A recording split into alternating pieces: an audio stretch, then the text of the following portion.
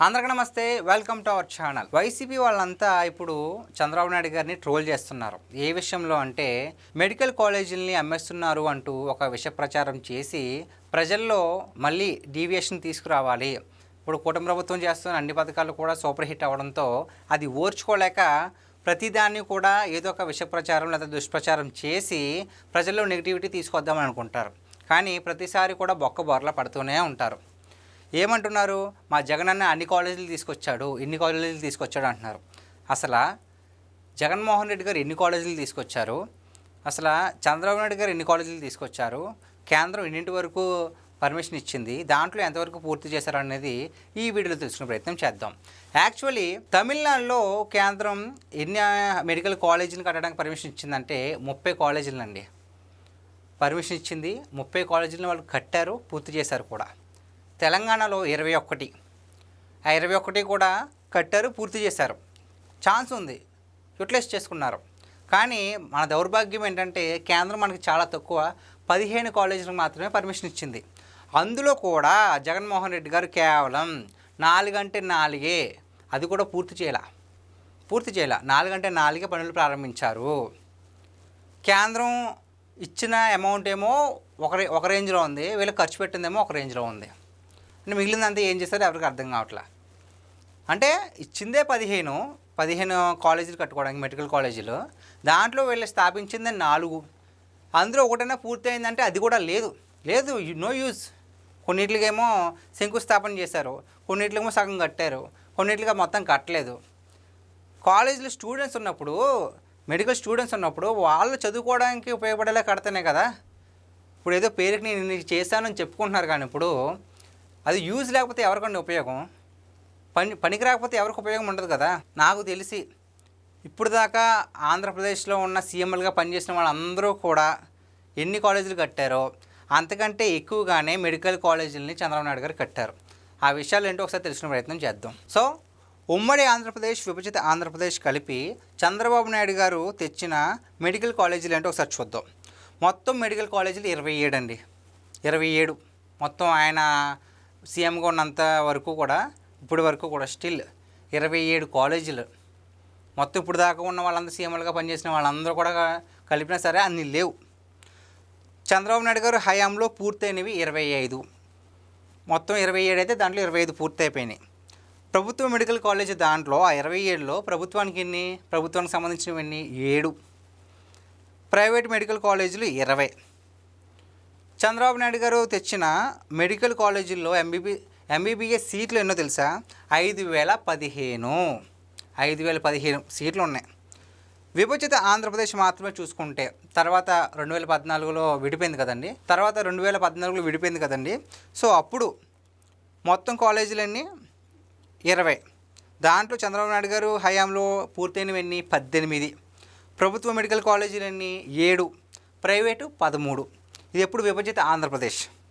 కాంగ్రెస్ హయాంలో అంటే 2004 నుంచి 2013 మధ్యన మొత్తం మెడికల్ కాలేజీలు 8 అండి. 25 ఎక్కడ, 8 ఎక్కడ. ప్రభుత్వ మెడికల్ కాలేజ్ అందులో ఆ 8లో 3, ప్రైవేట్ ఏమో 5. మెడికల్ కాలేజీల్లో ఎంబీబీఎస్ స్టూడెంట్స్ సంఖ్య ఉంటుంది కదా, ఎన్ని సీట్లు అంటే 1245. ఇందాక చంద్రబాబు నాయుడు గారు తెచ్చిన దాంట్లో ఎన్ని సీట్లు? 5015. ఇక్కడేమో 1245. దాంతో పోల్చుకుంటే చాలా తక్కువ.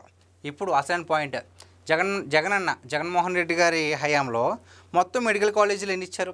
మొత్తం ఎన్ని? 5. ప్రభుత్వ మెడికల్ కాలేజు ఎన్ని? 4. అవి కూడా ఏంటి? కేంద్రం పాలసీ ప్రకారం ఇచ్చినవి. ప్రైవేట్ మెడికల్ కాలేజ్ ఎంత? ఒక కాలేజీ. మెడికల్ కాలేజీల్లో ఎంబీబీఎస్ సీట్ల సంఖ్య ఎంతంటే 950. ఇందాకేమో చంద్రబాబు నాయుడు గారి హయాంలో మొత్తం ఎన్ని సీట్లు ఉన్నాయంటే 5015. దాని తర్వాత వైఎస్ జగన్మోహన్ రెడ్డి గారి తండ్రి దివంగత నేత వైఎస్ రాజశేఖర రెడ్డి గారి హయాంలో ఎన్నంటే సీట్లు 1245. ఇప్పుడు జగన్మోహన్ రెడ్డి గారు మొత్తం ఎంత అండి? మొత్తం కలిపితే 950. ఇంకా డీటెయిల్గా చెప్పాలంటే చంద్రబాబు నాయుడు గారు తెచ్చిన మెడికల్ కాలేజీలు 27 అయితే, రాజశేఖర రెడ్డి గారు తెచ్చినవి 8 అయితే, జగన్మోహన్ రెడ్డి గారు తెచ్చింది కేవలం 5 అంటే 5. ఇది దీంట్లో మెడికల్ సీట్లు కూడా చూసుకుంటే కనుక చంద్రబాబు నాయుడు గారు తీసుకొచ్చిన మెడికల్ సీట్లు 5015 అయితే, రాజశేఖర రెడ్డి గారు తీసుకొచ్చిన మెడికల్ సీట్లు 1245. జగన్మోహన్ రెడ్డి గారు 950, అందరికంటే లీస్ట్. ఇప్పుడు వీళ్ళు చెప్తున్నారు చంద్రబాబు నాయుడు గారు ఇలా చేశారు, ఇలా తప్పు చేశారని చెప్పేసి వీళ్ళు అంటున్నారు. ఇప్పుడు ఎవరు మోసం చేశారు? 945. ఏంటది? ఆ సంఖ్య ఏంటి అసలు? మీరు మేము అంత చేస్తాము, మా హయాంలో ఎంత చేస్తామని చెప్తున్నారు కదా, మరి ఏవి కాలేజీలు ఏవి? మీరు ఇంత కలిసినా సరే చంద్రబాబు నాయుడు గారు తీసుకొచ్చిన దాంట్లో సగం కూడా పూర్తి చేయలేకపోయారు. మీరు చంద్రబాబు నాయుడు గారిని అంటున్నారు.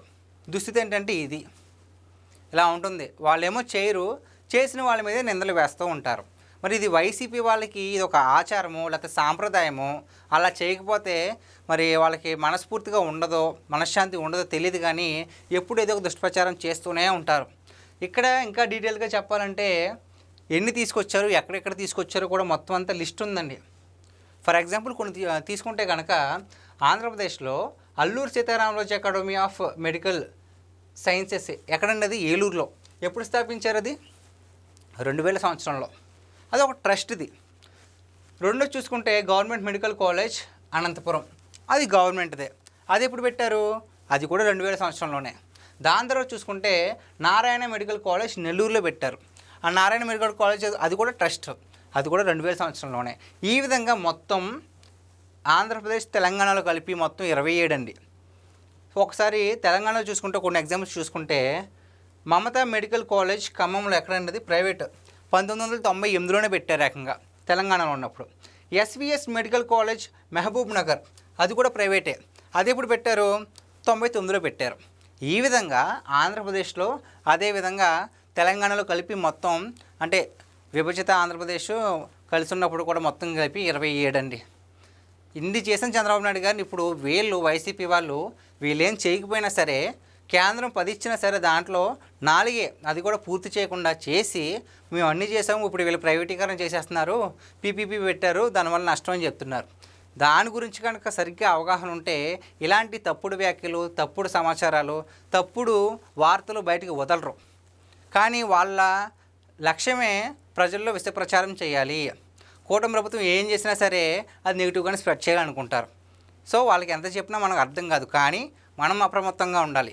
వాళ్ళు చెప్పింది ప్రతిదీ నమ్మకుండా అది నిజమా కాదా గ్రౌండ్ చెక్ చేసుకుంటే ఇలాంటి ఆధారాలు బయటపడతాయి. కాబట్టి అప్పుడు వైసీపీ అలాంటిదో మనందరికీ అర్థమయ్యే అవకాశం ఉంటుంది. సో గైస్, ఇది ఈరోజు మన వీడియో. ఈ వీడియో పైన మీ విలువైన అభిప్రాయాన్ని కామెంట్ రూపంలో తెలియజేయండి. Thank you.